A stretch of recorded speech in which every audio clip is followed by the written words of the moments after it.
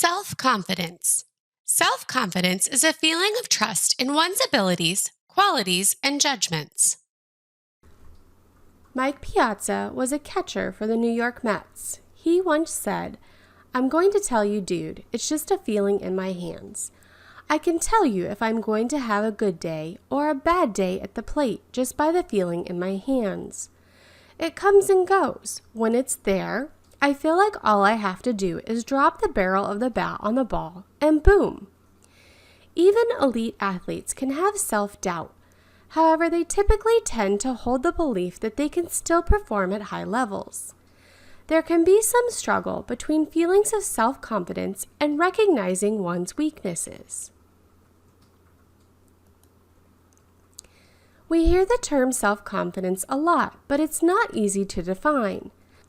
Sports psychologists define self-confidence as the belief that you can successfully perform a desired behavior. Self-confidence was first viewed as both a disposition and as a state, but the latest sport self-confidence suggests that it is a social cognitive construct that can be more trait-like or more state-like depending on the temporal frame of reference being used. Trait self-confidence is a self-confidence that may be part of your personality and thus is very stable. The degree of certainty individuals usually possess about their ability to succeed. State self-confidence is confidence that may be something that you feel today and therefore it might be unstable. The belief of certainty individuals possess at a particular moment about their ability to succeed. Confidence is affected by specific organizational culture, as well as the general sociocultural forces surrounding sport and exercise. Some believe in the self-fulfilling prophecy. This is expecting something to happen, which actually helps to cause it to happen. This phenomenon is common in both competitive sport and exercise programs. The negative self-fulfilling prophecy is a psychological barrier where the expectation of failure leads to actual failure. Negative self-fulfilling prophecies lead to a vicious cycle. The expectation of failure leads to actual failure, which lowers self-image and increases expectations of future failure. Confidence is a critical determinant of performance. It will not overcome incompetence. There is an optimal level of self-confidence. Within this optimal level, the individual is so convinced that they will achieve their goal that they strive harder to do so. At the other end of the spectrum, there's a lack of confidence. This occurs when self-doubt creates anxiety, breaks the concentration, and causes indecisiveness. Many people have the physical skills to be successful, but lack the confidence in their ability to perform these skills under pressure. Self-doubts tend to undermine performance. There is also something called overconfidence or false confidence. This occurs when confidence is greater than our actual ability, which then causes you to prepare less than you need to perform well. Overconfident people are falsely confident, meaning that their confidence is greater than their abilities. Performance declines as they believe that they do not need to prepare or exert to complete a job. You cannot be overly confident, however, if your confidence is based on actual skill and ability. The inverted U model illustrates the confidence-performance relationship.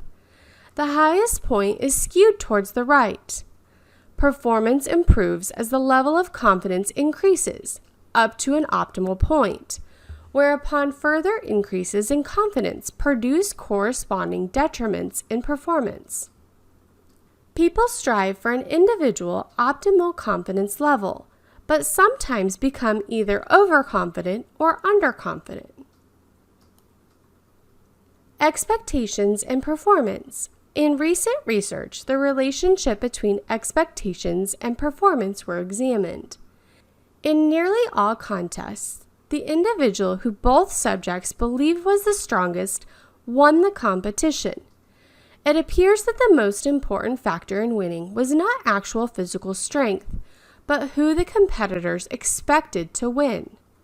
This brings us to self-expectations. If we have positive expectations for success, it has been shown to produce positive effects in many realms of life, including sport. Expecting to beat a tough opponent or successfully performing a difficult skill can produce exceptional performance as psychological barriers are overcome.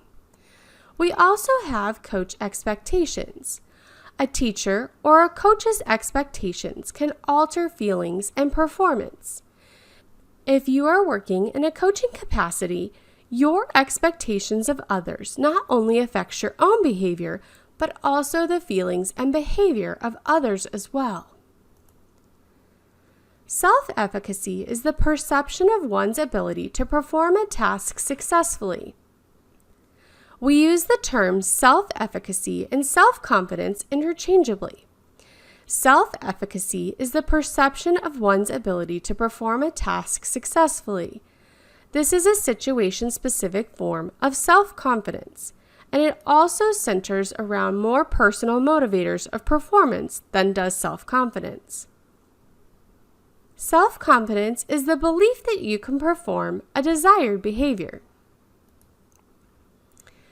Bandura's theory of self-efficacy. Psychologist Albert Bandura has defined self-efficacy as one's belief in one's ability to succeed in specific situations or accomplish a task. One's sense of self-efficacy can play a major role in how one approaches goals, tasks, and challenges. This is the belief in one's capability to organize and execute the course of action required to produce given attainments. This is especially important when one has the required skills and motivations. It affects choices and activities, level of effort, and persistence. Bandura and Wood in 1989 suggested that this may be because those with high self-efficacy will focus on assessing a problem and finding solutions, while those who lack self-efficacy concentrate on their own deficiencies and become so preoccupied that they cannot devote the necessary attention and skill to the task at hand.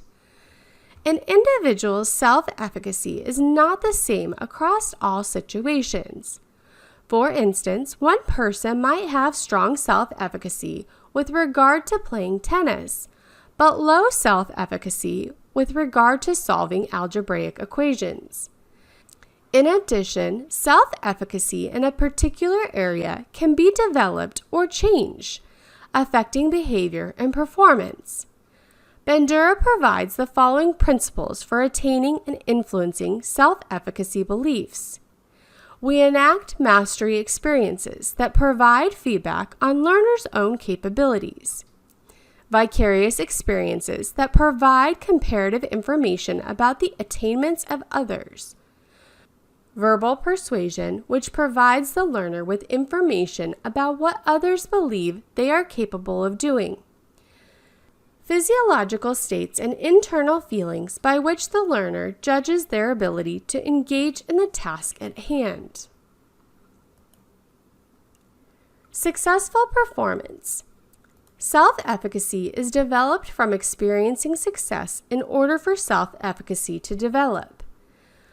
With difficult tasks, this is unrealistic, so we must reduce the difficulty at first. We can work on vicarious experiences. Self-efficacy is developed through the use of models.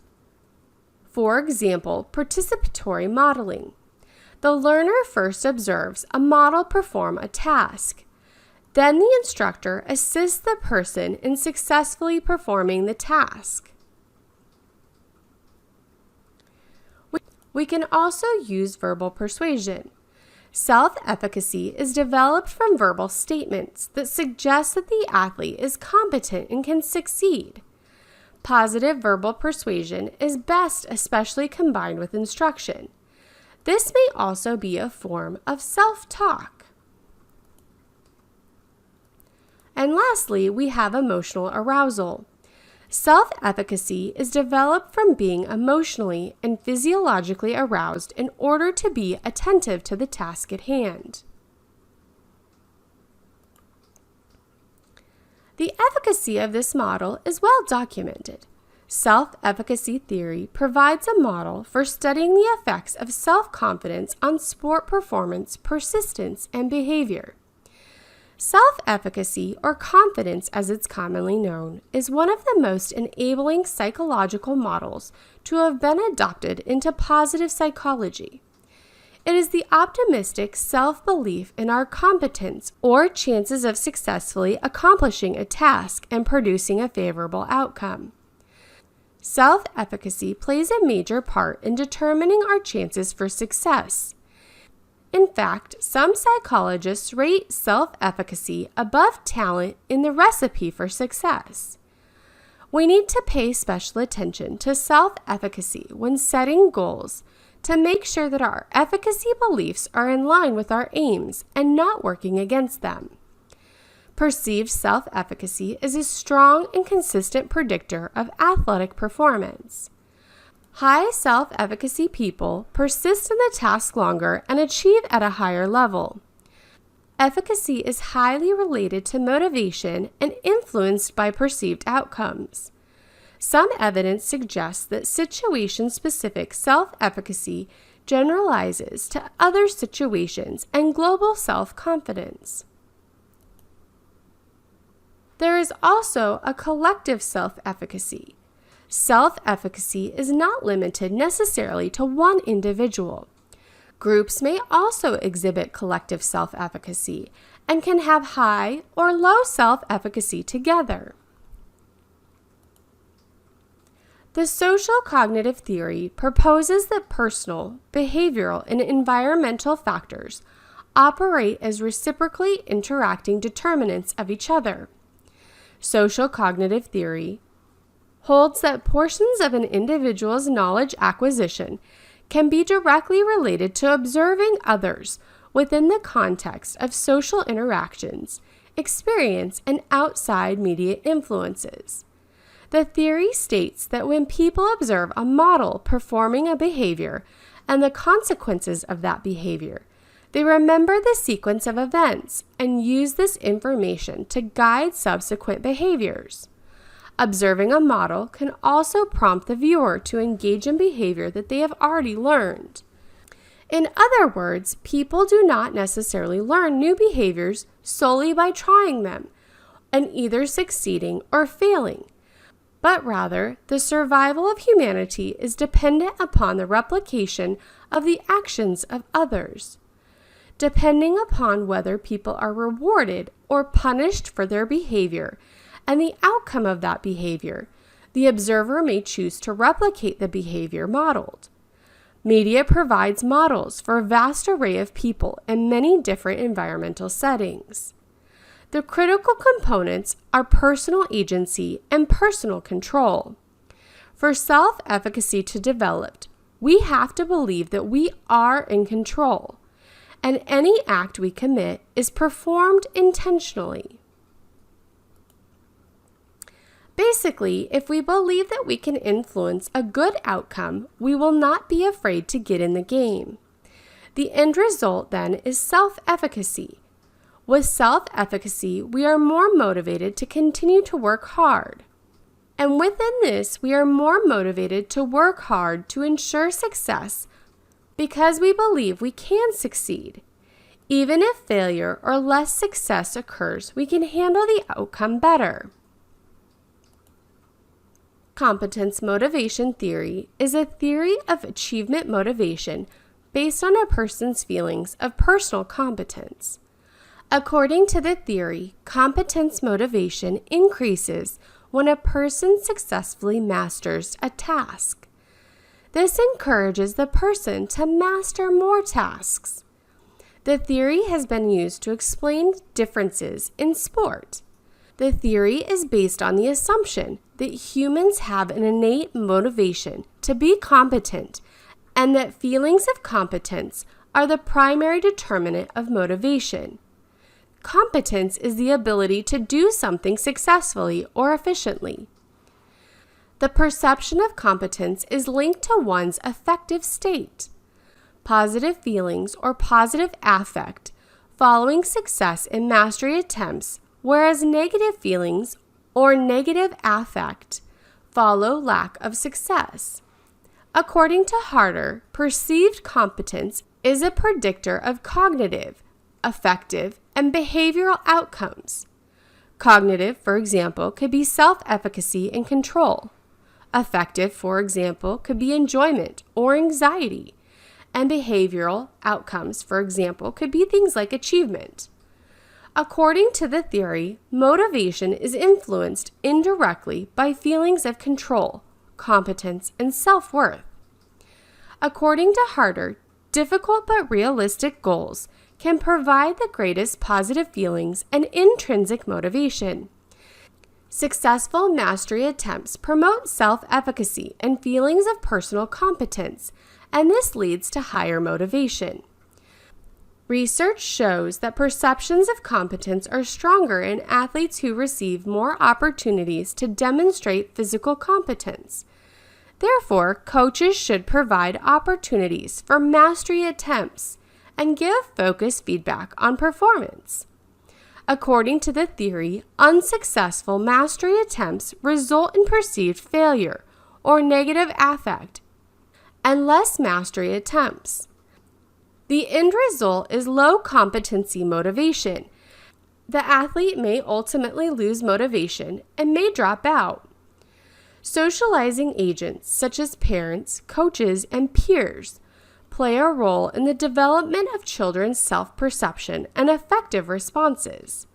Harder claims that positive and contingent feedback should be given for effort and improvement to nurture children's perceptions of competence and enjoyment in sport. This will increase feelings of control, positive affect, and intrinsic motivation, which are important factors to success in sports. There are 4 elements for developing self-efficacy. Number 1, successful performance.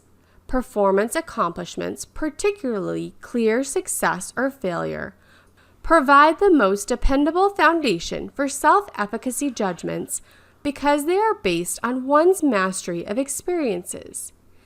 If experiences are generally positive, the level of self-efficacy will rise. Repeated failures result in expectations of lower self-efficacy. Number 2, vicarious experiences. Another name for this is demonstration or modeling. This can help individuals to learn a new skill. This provides efficacy information for performers who lack experiences with a task and rely on others to judge their own capabilities. Even if people attend to demonstrated physical activities and remember how to do them, they still may not be able to perform the skills if they have not learned the motor reproduction. The final stage in the modeling process is motivation, which affects all other stages. Motivation allows the participant to attend to the model, try to remember what was seen, and then to practice the skill. Number 3 is verbal persuasion. Verbally telling participants, giving encouragement, or giving instruction. Verbal persuasion for enhancing confidence can take the form of self-persuasion. This can also occur in the form of self-talk. And lastly, number 4, emotional arousal. Emotional experiences are not simply the product of a physiological arousal. Emotions or moods can be an additional course of information about self-efficacy. Positive emotional states such as happiness, exhilaration, or tranquility are more likely to enhance efficacy judgments than are negative emotional states such as sadness, anxiety, and depression. Many people believe that you either have confidence or you do not, but confidence can be built. We can do this by ensuring performance accomplishments. Successful behavior increases confidence and leads to further successful behavior. performance accomplishments are the most powerful way to build confidence. We can manipulate or create situations that allow participants to succeed, and therefore they will have a sense of accomplishment. We can act confidently. Thoughts, feelings, and behaviors are interrelated. The more confident an individual acts, the more likely they are to feel confident. We can also think confidently. Confidence consists of thinking that you can and will achieve your goals. This is a lot of positive self-talk. We can use imagery. Imagery can help us to build our confidence.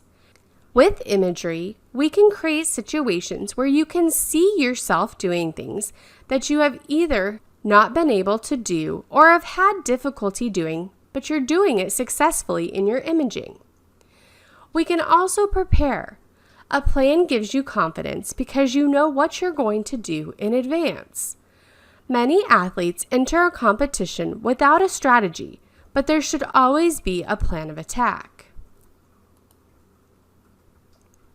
As a side note on another related topic to confidence, psychological momentum is the positive or negative change in cognition, affect, physiology, and behavior caused by an event or series of events that affects either the perceptions of the competitors or perhaps the quality of performance and the outcome of a competition.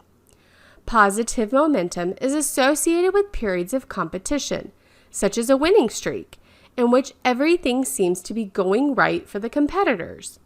In contrast, negative momentum is associated with periods, such as a losing streak, when everything seems to be going wrong.